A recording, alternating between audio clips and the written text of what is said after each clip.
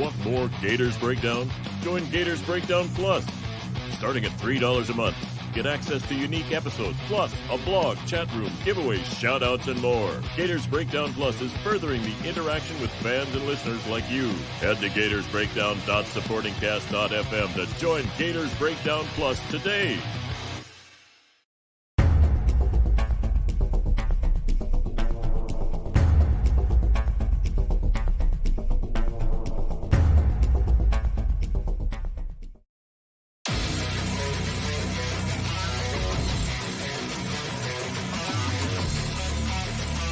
Gators Breakdown, because there's never a dull moment in Gator Nation.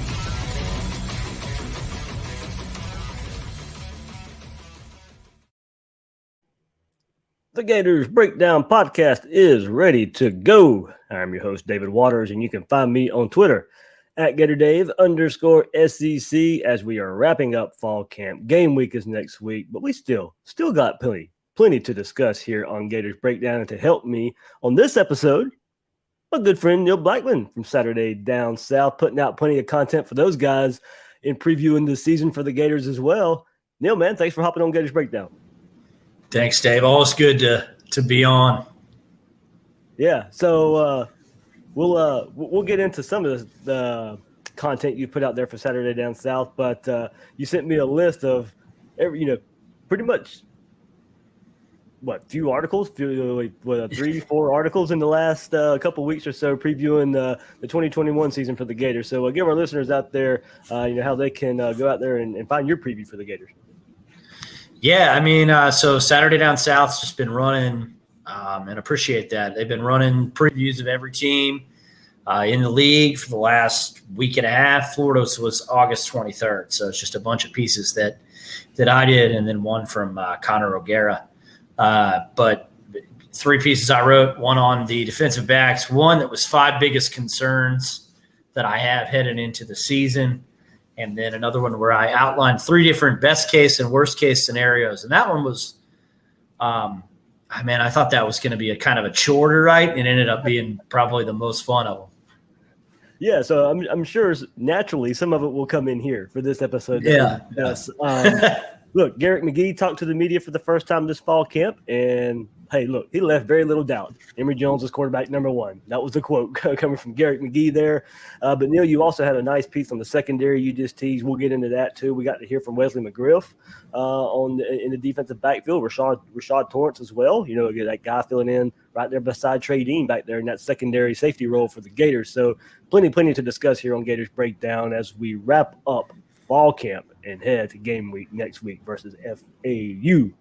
So, all right, Neil, let's get into it. We'll get some sound. We got plenty of sound bites here for this episode of Gators Breakdown. We'll start with Garrick McGee, and here we go. You can hear it from the man himself, Emory, quarterback number 1. Emory reps the majority of the reps with the ones.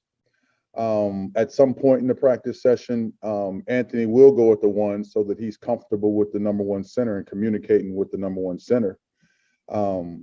And then, so those 2 guys, they get about the same amount of reps, but Emory is the number 1 quarterback, so he gets most of his reps with the ones. Anthony gets most of the reps with the 2s, but at some point in practice, they switch. There it is. So no more wondering, Neil. We got it from the quarterback coach himself. We'll see if Dan Mullen reiterates that on Monday with the pregame or first game press conference there for the Gators. But there's been a lot of talk, and we'll continue that talk just a little bit here as well. But a lot of talk with AR and how well he's doing in the scrimmages. It's raised a lot of questions inside of Gator Nation, outside of Gator Nation of is there some sort of quarterback battle, some sort of quarterback controversy at Florida. McGee put that to rest. Yeah, good problem to have, I think. There you go. Yeah, good problem to have that Anthony Richardson is maybe, certainly if you were going to list like 5 guys who've had the best fall camp, he's on any list, right? So I think that's really positive. And it also reminds me that to paraphrase Dave, never a dull moment in Gator Nation,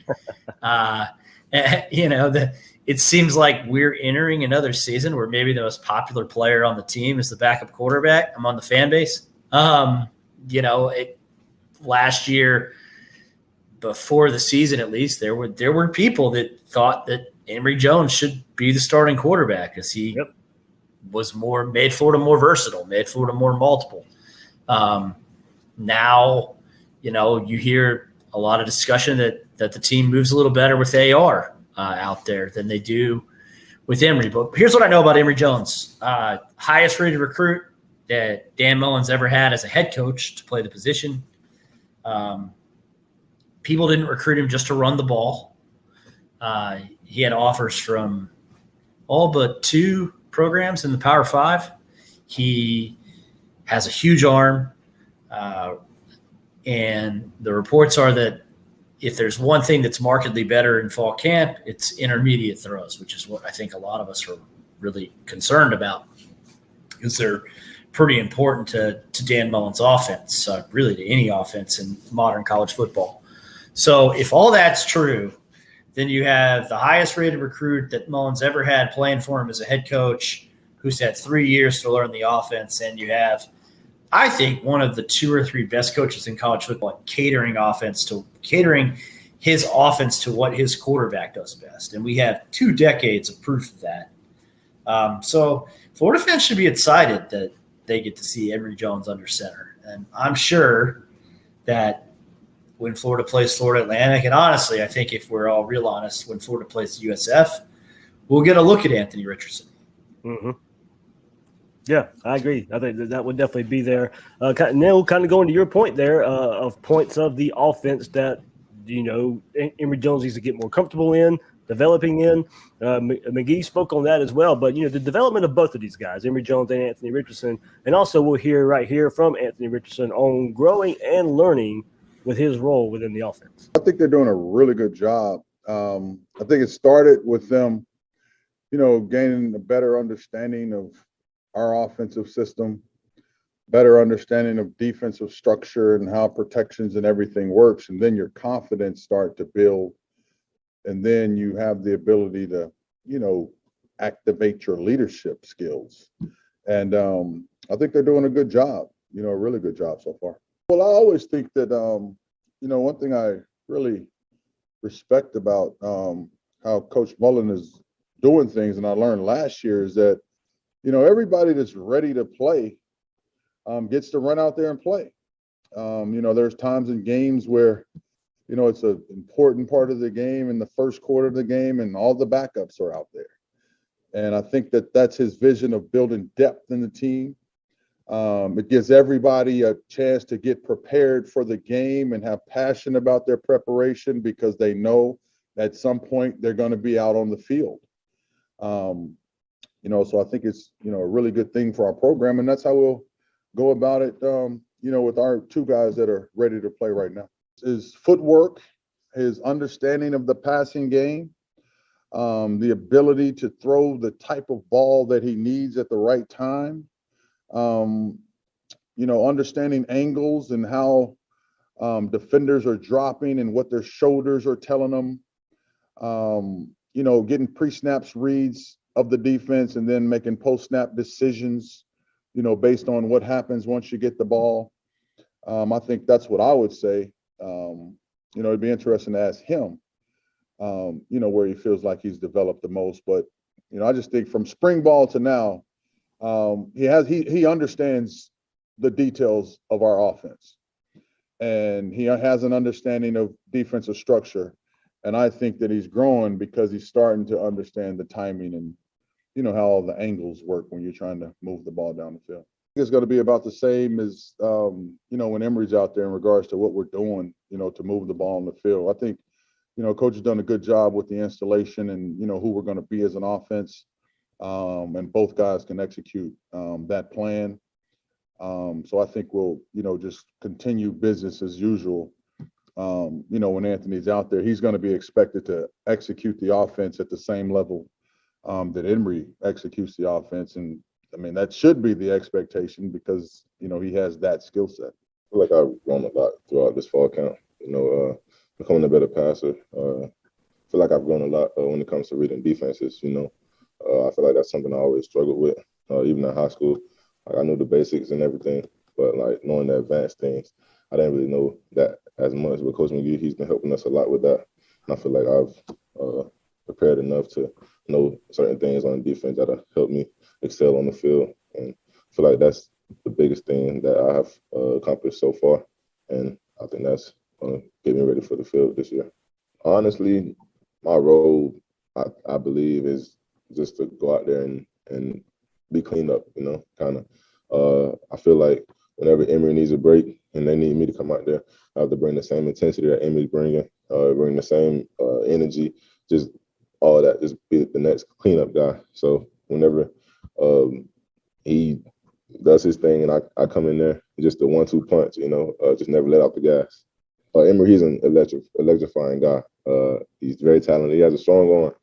I feel like I have the same things. I'm capable of doing the same thing that he's doing. So I feel bad for a lot of teams this year because once he does his thing, I'm going to come in, I'm going to try to follow up and do the same thing. So that's why I call it the 1-2 punch. The 1-2 punch, Neil. And I tell you, I mean, hey, look, Florida's had a great 1-2 punch in the past. We always go back to 06, the comparison with 2 quarterbacks, the 1-2 punch there. Hey, if this 1-2 punch can be anything like that, Gator fans should feel pretty good in those hands. But look, the common theme there from McGee and the common theme there from AR is, look, basically building on the little things. We know the physical talent of these guys. That's pretty much not question. Can they apply that physical talent to the smaller parts of playing quarterback? Can you get the play? Can you get the right play in? Can you make sure everybody knows the checks? Can you make sure everybody's on the same page? And getting out of the huddle and looking to the sideline or however you need to do it, making sure everybody's on the same page, making sure all the checks are right, and you go and you count the defenders in the box and you make sure you got the right play called and you got the offense in an advantageous situation. Those are things we really don't know about these quarterbacks. Emory has been there, of course, a lot more. He's been in the program a lot, but still hasn't had to do that over and over again. Hasn't had sustained drives, sustained plays to see, are there tendencies that defenses can keep up or catch up on? We don't know that, and that's the biggest question we have. Physical talent, not so much, but these little things that add up to say, all right, can their mental traits be the same level as their physical traits? Yeah, I mean, Emory's played quite a bit. Second series in the SEC championship game, much to the chagrin of all of us, I think. But, so he's been in big spots. But like you said, it's about the consistency of that and really very minimal big spots on the road, which will be required, obviously, this season. Two things that were really interesting to me in that, and I think you're spot on what we don't know. What's interesting to me, Dave, was two things that Garrick McGee said. One, the offense doesn't change, whether it's Jones or Richardson. So Florida can continue to show the same looks under either quarterback, which to me I think is interesting. And that's something that Florida hasn't had with a 1-2 really, at least under Mullen as either offensive coordinator or head coach. So you're getting the 2 highest rated quarterback recruits Mullen's ever had as a head coach going 1-2, and they can come out of the same look. So if Anthony Richardson does something better than Emory Jones, at least early in the year, he can put in Anthony Richardson to run those things, and they can do it out of the same looks, which I think is really cool. And that's going to give Florida a little bit of a wrinkle that they haven't had before. The second thing was before you go on there, think about it. We had a glimpse of it and almost had it. 2007? Yeah. Cam Newton comes in for Tim Tebow, but that was very, very minimal. And we counted on having that the very next year, and we all know what happened. But it does. That's about as close as you've been able to see a 1-2 punch that have very similar play styles. Right. Yeah, and that would have been the only 1-2 that Mullen's ever coached that had higher recruiting rankings too. So, it's exciting. It's exciting to have that opportunity to not have to change your offense when you bring in the other quarterback. Defenses can't lock in and say, hey, Richardson's just going to run a power read, right? That's not what Florida's going to be. The second thing to me was reading defenses. And I think when you talk about why Emory Jones is the number one quarterback, it's, I do think to some extent the staff, appreciates the fact that he was patient and that he waited around. I also think they want to win games. So if Richardson was far and away better than Jones, he'd probably be playing. And I bet that the difference really fundamentally is that reading defenses piece. Emory's had 3 full seasons to get better at it in practice. Yeah. It's something that in G. Allen Taylor's article in The Athletic, Emory Jones and coaches mentioned. It's just night and day different for Emory and how he's seeing the game and reading things so much faster. I don't think anybody expects him to process information the way that Kyle Trask did, right? That's what made Kyle so special. But I think, if Emory is ahead of Anthony Richardson on that front and the physical traits are similar, then Emory Jones should be quarterback 1. And like I said at the top of the show, we should be excited to see that. Yeah, I want to go to one point you brought up too. Don't expect these guys to be Kyle Trask. They are different, and a lot of practice reports out there and scrimmage reports as well, they struggle with accuracy. The accuracy is not there. We know that. That shouldn't be a surprise. Kyle Trask, and think about it. These guys may get better in that situation, but the jump Kyle Trask made in that area, in other areas from 2019 to 2020, but probably basically became because he was on the field. He was gaining experience, learning the things that he needed to improve on. He took all that in an offseason and improved in every facet of his game from 2019 to 2020. We shouldn't expect these guys to come in right away and pinpoint accuracy and throwing the ball where it needs to be, where only the receiver can catch it. That comes with time. Emory Jones, had time, limited time in practice, limited time in game situations. But, if we're expecting these guys to, if a lot of the feedback is, the accuracy isn't like it was with Kyle Trask, well, no duh. It's not going to be. And that's not necessarily a hit on these guys. Their games are different. They have bigger, livelier arms than Kyle Trask did. There's plus and minuses when you want to compare separate styles of these quarterbacks here. And one more thing he said, Garrick said, bringing up and playing the backups and Mullen having backups ready and having a whole group of guys ready. Neil, I can't wait till and I think it's going to happen. And I'm not saying I can't wait till this because I want to see Emory come off the field. But what I expect to see in this, remember last year when Mullen would sub in a whole second set of receivers and bring a whole nother running back in, basically every skill player on the field was replaced with a backup set. Might see that with quarterback this year too, with those second receivers, with that third running back. Here comes Anthony Richardson, and you probably got a completely different offense. Now, it may look the same as they said here, but as far as who's on the field, first, second drive, it may be who you expect to see out there. But third drive of the game, it may be a whole set of receivers, a different running back, and a different quarterback.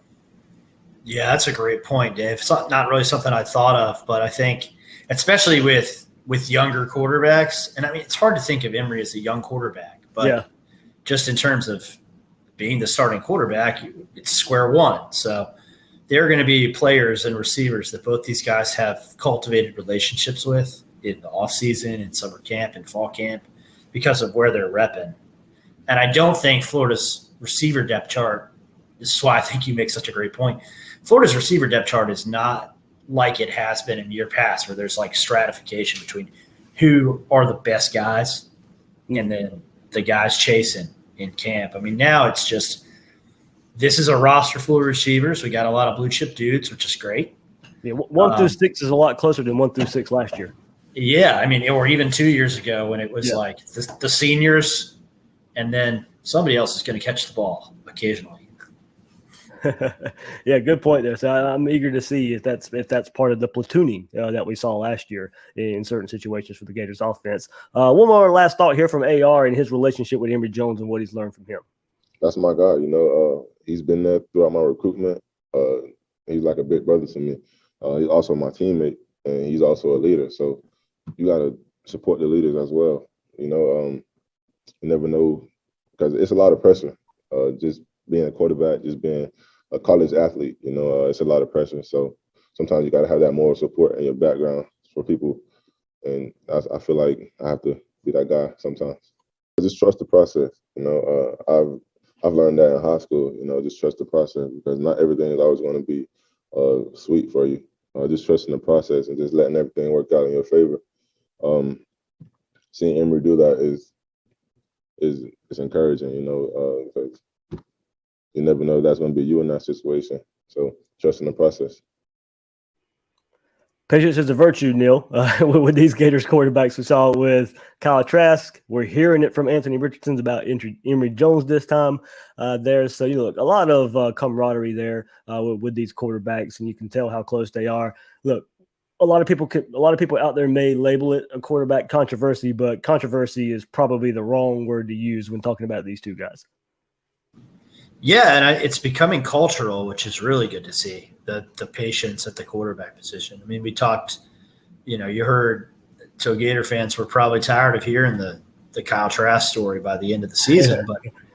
But I mean, you talk about Kyle Trask and his patience, his willing to stick around. Really, I understand why Felipe Franks did what he did. But I think even though he got the chance to play, really probably played too early in a terrible situation under Jim McElwain. I mean, the fact that he kind of had the toughness and the mental fortitude to come back and play for a whole new coach and a whole new offense under a different set of demands. So with Felipe, you have to throw him in there, and then now Emory and now AR waiting around, and AR waiting around knowing that Emory Jones could be the starting quarterback next season too. Mm-hmm. I think speaks to that culture. And my last point would be circling back to something you said that, don't expect him to be Kyle Trask, but we keep hearing like this, well, Florida, a popular narrative in opposing fan bases and even in some of the media is this idea that Florida will be like one-dimensional. And I just think that just really, really ignores the reality that these two guys were recruited as guys who could really throw the ball effectively and had big arms, big live arms. This isn't Nick Fitzgerald, right? Right. This isn't 2-star / 3-star who his best season was a 54% accuracy rating with throws that were mostly at the line of scrimmage. This isn't going to be that, right? I think you're more in the Dak range here of that 57 to 60. And those numbers for these two guys would be really good because of what they can do with their legs. And, I just think Florida's offense will be different this year. I don't think it'll be as prolific. You're not going to be when you are missing probably the best tight end in the history of college football and your first-year starting quarterback as opposed to a Heisman finalist and a bunch of other things. Doesn't mean Florida can't be really efficient on offense. Mm-hmm. And I still think with these two guys, Florida has a chance to be really multiple, which you can't say they've been that as good as Trask and Pitts and Swain and all those guys were. Starts up front, of course, but excited to see both these guys play. Yeah, different values, Neil, and that's what this offense can be. Different values and prolific in its own way is the way we can look at this offense. All right, we got to hear from Trent Whittemore as well, and he had some good things about how these quarterbacks can change what the wide receivers do. No two guys are the same, and that's not a bad thing. That's just how football works, So I think that adjusting to Emory or Ant, those guys, they can scramble, they can run. They can make guys miss, extend plays. So you just always have to have it in the back of your mind. Okay, I'm going to run a route, and then he could always scramble on any given play, and you just have to remember that. Remember your scramble rules, and then also just be willing to get on blocks. Sometimes they're going to pull it down, and they're going to take off. And hey, it's my job. I'm already 15 yards downfield. Let me find somebody and get on them and make their life easier. So I think it's an adjustment, but not a crazy one. It's just what's the best way to help the team win. And if those guys are going to be able to run around, then we can, scramble for them or block for them or, however we can help them out. That's what we'll do. An adjustment, Neil, from going from a pocket passer quarterback like Kyle Trask, where, hey, you run your route and the ball's going to be right on you. It can be a little bit different this year. Now, that's still a potential of this offense, but if the ball's not on you when you know your route's finished, you better be looking who the blocked, or you better be looking for where the quarterback is, because you're going to have to turn around and help him out at some points. Sit down in a zone, fight back to the quarterback, and making that completion easier for him if he's scrambling around. So there's a whole lot of different strategy of playing wide receiver for a dual threat scrambling, a quarterback that can scramble more so than a guy who's going to take a 3, 5, 7 step drop and the ball's out of his hands. Yeah, no, it's a great point. It's interesting. I also think, I don't think it's just because of that was the NFL prototype and Dan Mullen and Urban Meyer recognized that when they recruited wide receivers. This is just something that Dan does in recruiting. The fan base laments some of Mullen's recruiting losses. I think one area where he has always been terrific is recruiting players on the perimeter. And it's a specific type of player that he feels creates matchup issues in a spread offense, whether it's a run dominant spread or a pass dominant spread. He wants a bigger physical guy who can transition into that blocker when he needs to, and who also can break off a route and make a play and win a 50-50, right? And there are a bunch of guys on this roster. When Dan Mullen was super excited on signing day about Jamarcus Weston, I don't think it was because he really thought Jamarcus Weston was like Kadarius Toney chasing rabbits in the muck. I think it was like Jamarcus is a dude who can knock a guy on his butt in a couple of years, and also is going to be a real problem on a broken play, right? Like I really think some of that is what goes into this. So it's really interesting stuff from Trent Whittemore, and he almost quotes you verbatim when he just said, different values, but that's football. Yeah. And you gotta, Neil, you gotta look at this. And I saw it. Jacob Copeland is 6'4", 204. Mm-hmm. And one of the strongest players on the team. You look at his physique. He's one of the smaller wide receivers. when you go and look at it and go into your point of what Florida's bringing to the table here at the wide receiver position. And I mean, you got guys that are 6'3" or taller, 6'4" taller, that make Jacob Copeland look a little small compared to him. So, I mean, that's going to your point of some physical wide receivers. And, hey, look, it might be beneficial this year when you're probably going to be tasked to run the ball just a little bit more. Those wide receiver blocks are going to be very imperative from breaking some bigger plays for these quarterbacks and these running backs as well. So Trent Whittemore, we just heard from him, but remember, he got injured last year. It would look very promising those first couple games of the year. And look, somebody I really expect to break out here, but here's Whittemore bouncing back from his injury. It was extremely painful, one of the most painful injuries I've had. And it was, bothersome throughout the rest of the year, if we're being honest. So that was it was just annoying more than anything. It takes a while to heal completely.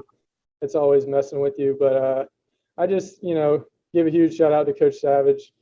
He really built me back up this summer in a way that, eliminated a lot of that pain. And, halfway through the summer, I felt, completely back to myself, working out hard. Nothing was limited. And then throughout fall camp, I've been, full go the whole time without pain. So just a huge shout out to the strength and training staff for that. I probably should have led in better to that there, Neil, but I believe a broken rib and a punctured lung or something like that was what he was dealing with. So just imagine trying to bounce back in the game of football with an injury like that. So that's what Trent Whittemore was dealing with, and you can kind of see why maybe the production wasn't there like we saw the first couple games and looking very promising. I think it was 9 or 10 catches combined in those first couple games, if I remember right. And what he can bring to the table now as far as potential goes for this. And look, we were talking about platooning receivers earlier. That's what he was on the field. He was in that second set of receivers and then going out there and making plays versus Ole Miss and South Carolina in this first couple games last year. So, good for him, and he's going to provide him. He may be that third receiver behind Shorter and Copeland this year. He's going to be in that top echelon of receivers for the Gators this year. Yeah, he is. He's a guy that just gets open. And I think, when you're healthy, it's easier to figure out ways to get open when you're going to get hit. And I think a guy like Trent is somebody that Florida trusts in those routes where they're going to take a hit.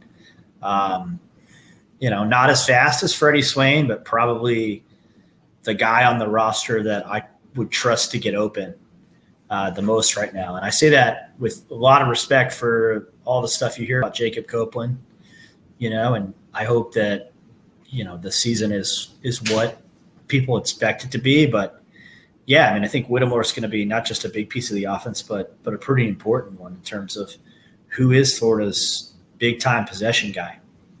Yeah, that's where I expect him to excel. Excel 3rd and 7, he's probably the guy I think I'm looking for right now. Just from everything that I've heard and maybe seen for potential wise, he'll be in that slot, I think, a good bit more than he will be outside. So he's the guy I'm looking for with 3rd and 6, 3rd and 7. Florida needs a first down to keep the chains moving.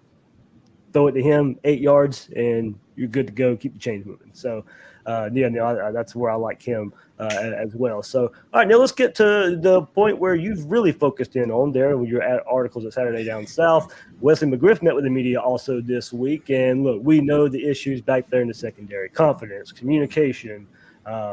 Now for this year, youthfulness, a lot of youth back there in that Gator secondary. So we'll start here with Wesley Mcgriff on, if he had to work on getting the confidence back in the secondary. No, not at all. These young men, they have a lot of confidence. And, I think they was eager to see what I had to offer when I joined the team. But the confidence was intact. Listen, the culture here at the University of Florida is really great. We have a strong culture here. And so, no, their confidence wasn't shaken at all.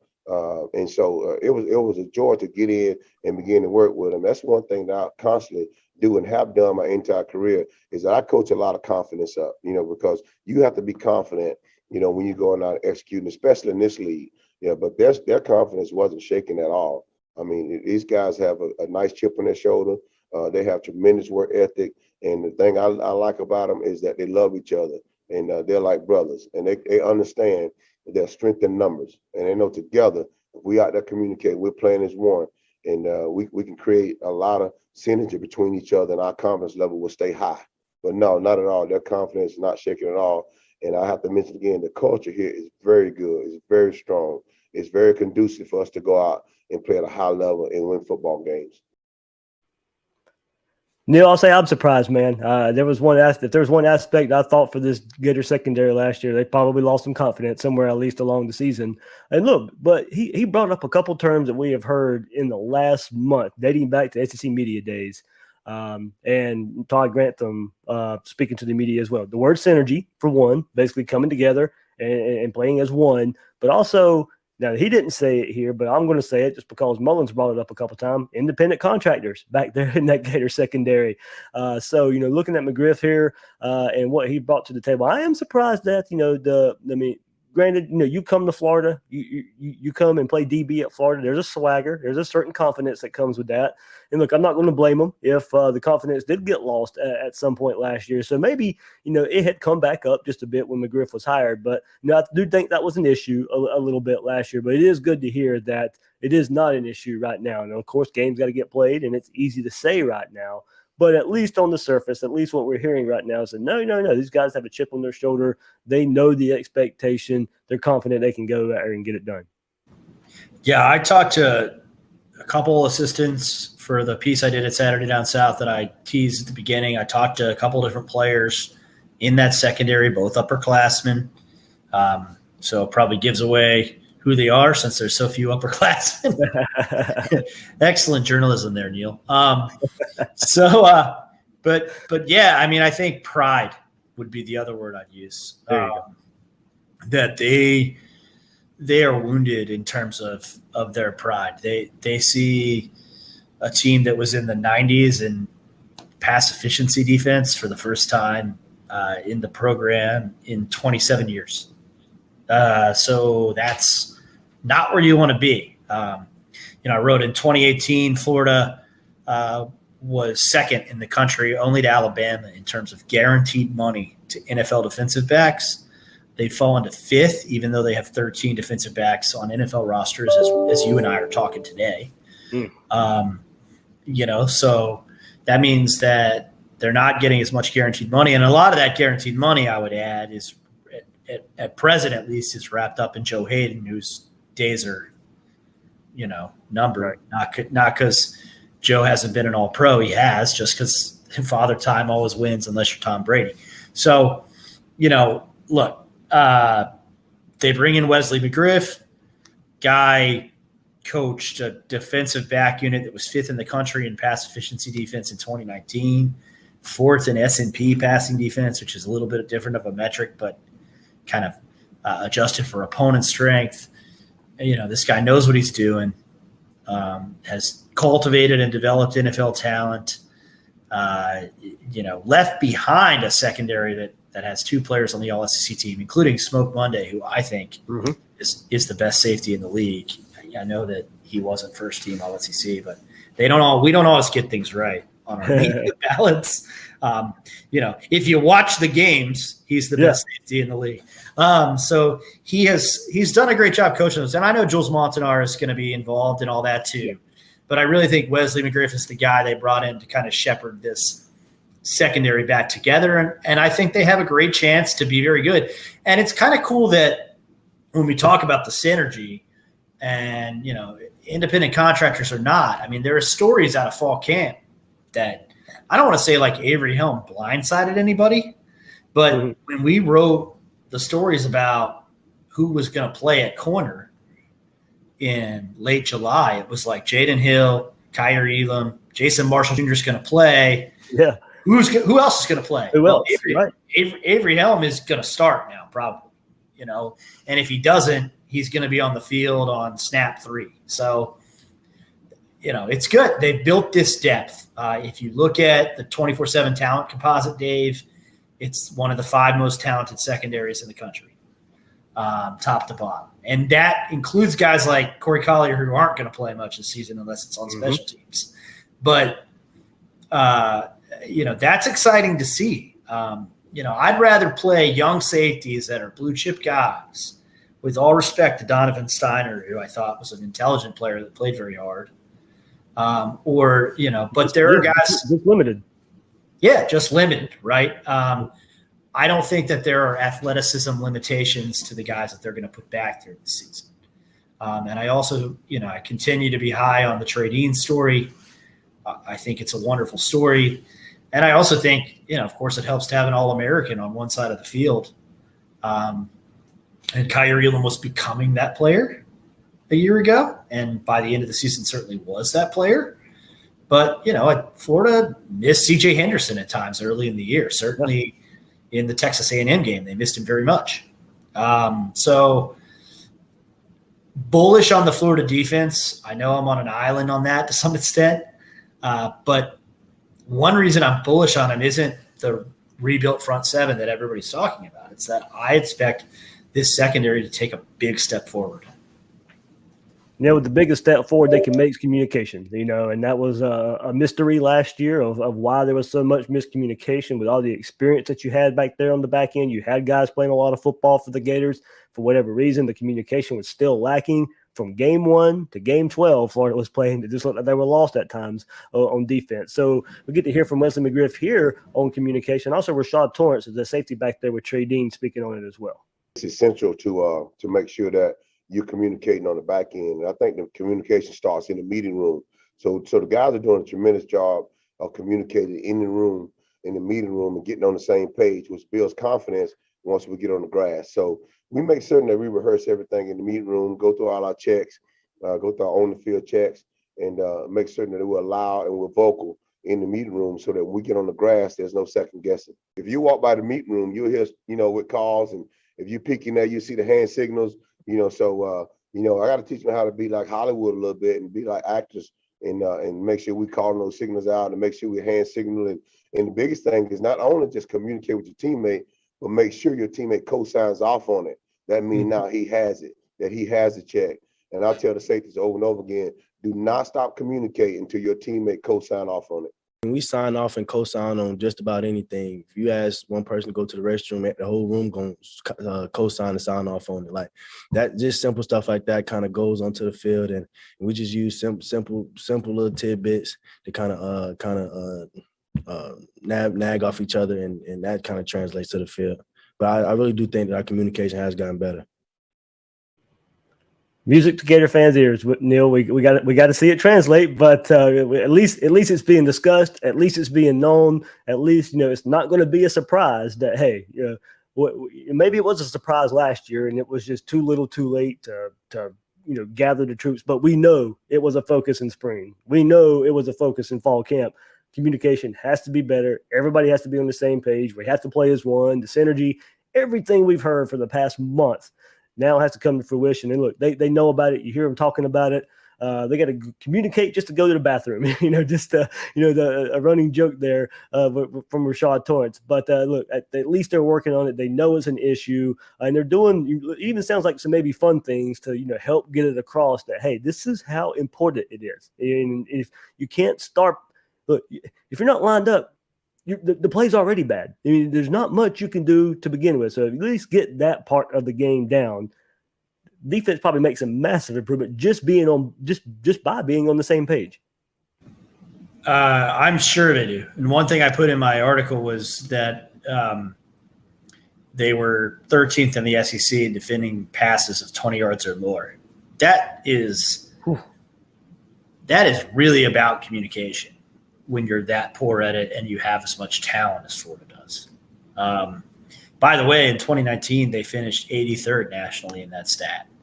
So if you get into the 50s, your defense is going to be significantly better. Like you don't even have to be elite at it. By the way, Auburn and Wesley Mcgriff secondary, 2019, first in the country in that statistic. The best. What's that statistic again? That is passes, defending passes of 20 yards or more. Whew. So, last year Auburn wasn't as good at it, mostly because they were banged up front all season. And their secondary had to do a lot of covering. But I think you're right. And that's going to be big. I also think the independent contractor, the guys trying to make big plays and gambling, when sometimes the simple cover will do that's something that I expect to see a little bit more of, players being contented. And then hopefully schematically, Todd Grantham checks that box because you still have to put these young men in a position to succeed. If you're blitzing from Micanopy with your safety, then it becomes difficult sometimes for the other guy to hold up.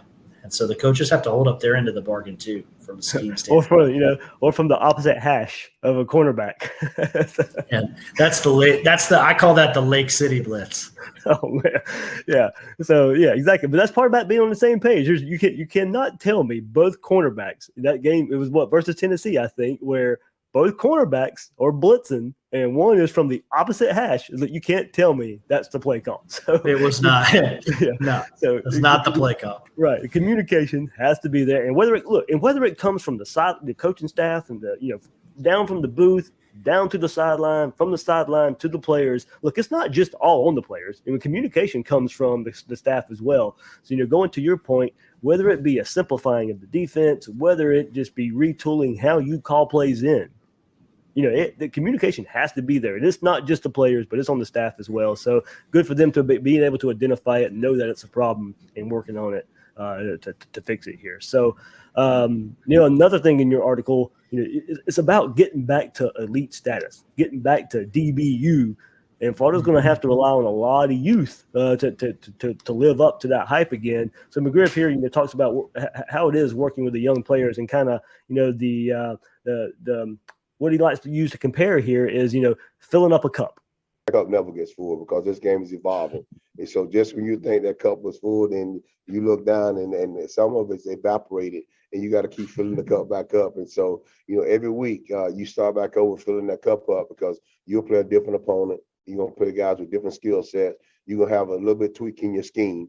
And so, what I meant by that is that, when they're young, you have an opportunity now to develop them. You have an opportunity now to really help them with their fundamentals and technique and to help them understand how to watch film, how to take notes and be solid in the classroom. But then when you get in the game week and start game planning, that's a different animal. And so when you get to the game week now, the IQ is really going to have to come alive. The football knowledge is going to have to really come alive. So you give them a foundation, a base, so that when you get to that game planning week, they have some place to hang their hat at.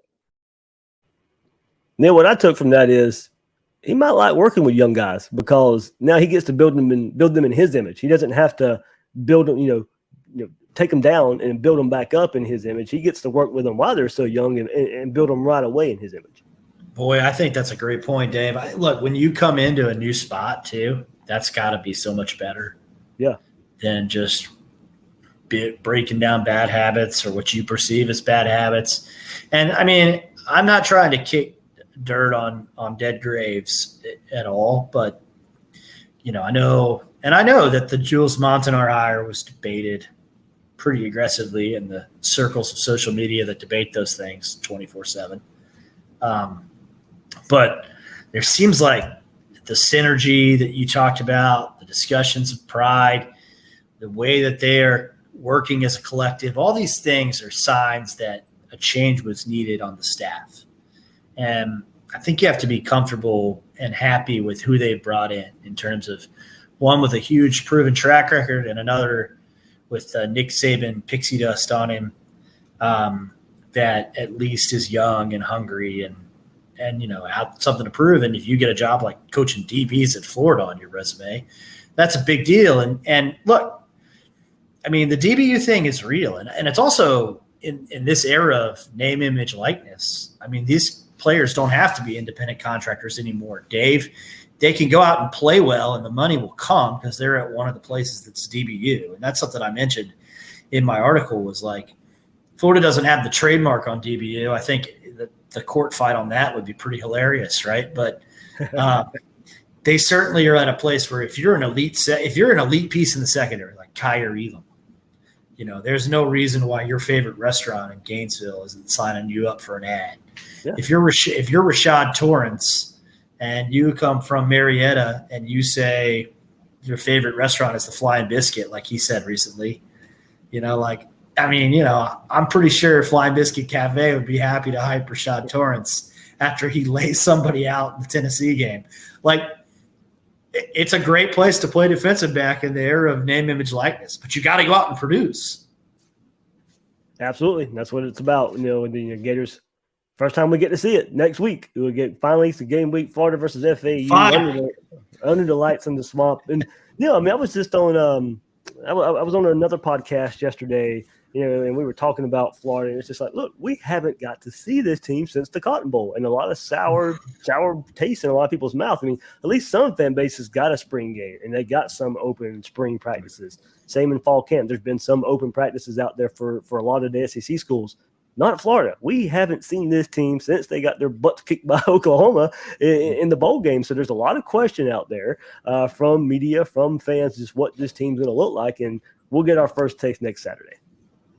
Yeah, man, I'm excited to see it. I think you got Willie Taggart coming to the swamp finally. Yeah. I think a lot of people forget he wasn't coaching FSU when they were in the swamp when he was supposed to be head coach. So all aboard the Willie bus. We're ready. That's that USF ad that was so funny. So we'll see. We'll see what FAU has. We'll see what I'm excited to see Florida play a road game the second week of the year down in Tampa. I think it's going to be quote unquote road game. Yeah, an unofficial road game.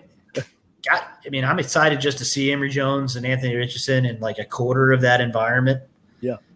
And then we all know what's coming after that. So, man, it's good. It's good to be talking ball again. And, Dave, you're going to be watching some football Saturday, I bet, right?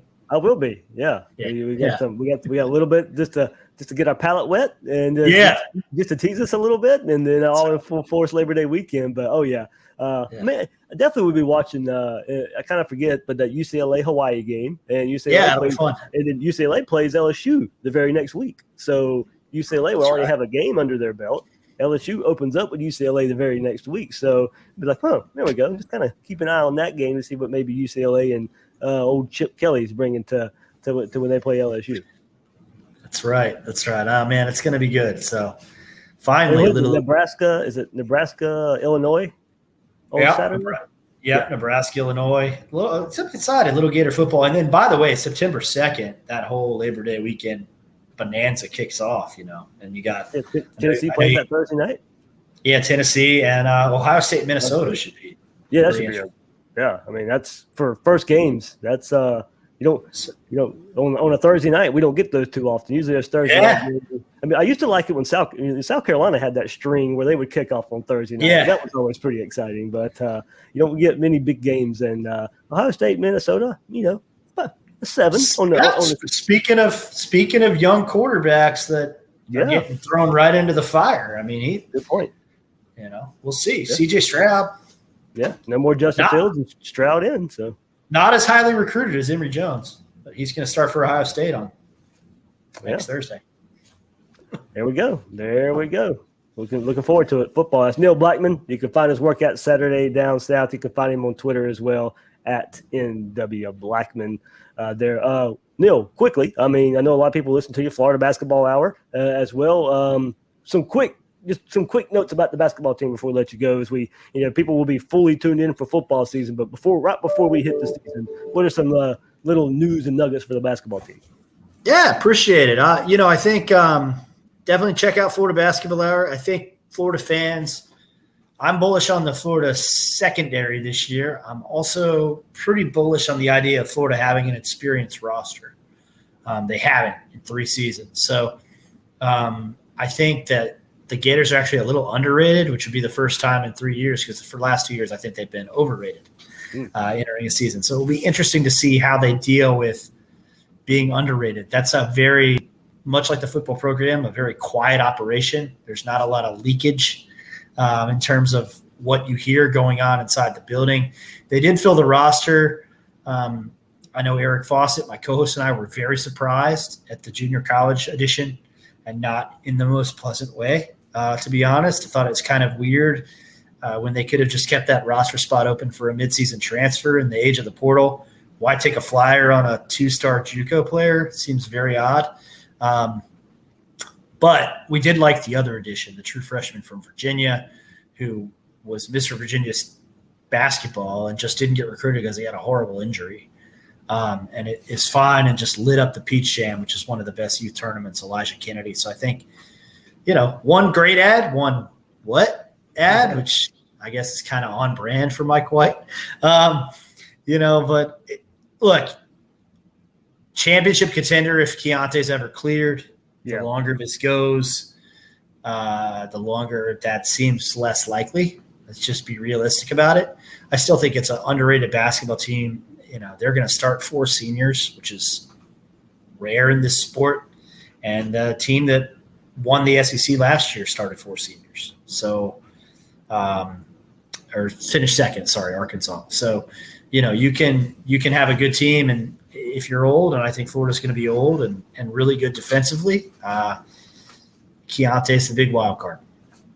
Yeah, there. Good news with Castleton coming back as well to add to the argument for this Gator basketball team. So Neil Blackmon, Eric Fawcett, you can catch those guys. Florida Basketball Hour podcast, very, very good. Butch like Gators Breakdown here, all football all the time. Those guys over there, all basketball all the time. They have you covered for the basketball side of things for the Gators program, so go check them out there as well. So, all right, that'll do it for this episode of Gators Breakdown. Thanks to Neil there. I'm your host, David Waters. You can find me on Twitter at GatorDave_SEC. Guys and girls out there, thanks for listening to this episode